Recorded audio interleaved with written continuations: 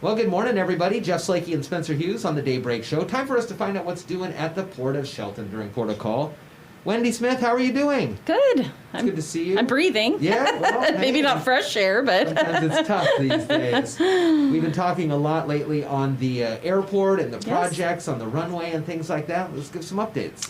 So the runway is complete. Nice. They took the temporary striping off the taxiway and put it back on the main runway. So we're good until about a month from now. They'll restripe.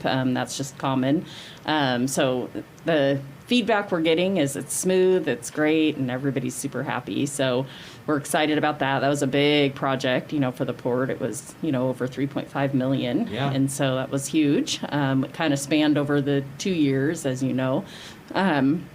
Other than that, I think I talked to you last time about some vents on our water towers.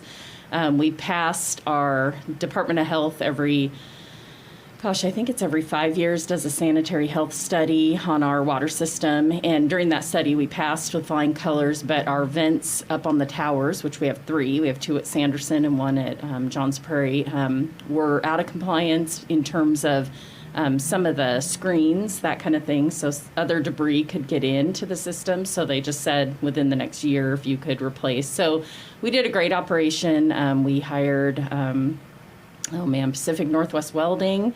He's local. He did the welding on it. We had an engineering firm draw the plans. Snell Crane right out of Mud Bay came up and did the crane work, and it was all accomplished over a span of 2 days. Wow. And so it was the setup and then getting it done, and it was a pretty great operation. We have some good photos of that we'll end up probably putting on our website, which is another thing to update. Our websites looked pretty dilapidated, I guess is the right word, for some time, just out of date. Sure. And we're revamping that as we speak. So behind the scenes, it's coming. You got to give yourself a little credit here. You guys sold off the marina, right? And so that was a key portion of the logo. Yep. You can just run into these things. I know. It takes time. Yeah. So our logo's been updated, and so we're starting to change out our newsletter head and that kind of thing. Good. And with that, so like I said, I've got a first draft of the website, so we'll be going through that, and Nice. It's going to be up to date and a little more user friendly and just easy. So we'll get that rolling here soon. So good things are happening. Back to that water tower. What Yeah. What is the tower's service? I mean, what's the water for? All port properties. Okay. So at Johns Prairie, it's actually functions a little bit different. A few years back, I think it was in 2012, we actually our tower is now just the backup feeder for the property because we're city fed out there. Yeah. So we have a bunch of different termed, engineered features on our tower. But the 2 at Sanderson we actually own and operate and manage our own water system. So all our tenants are served by our water. We test it, I think, monthly. Ned's our water guy.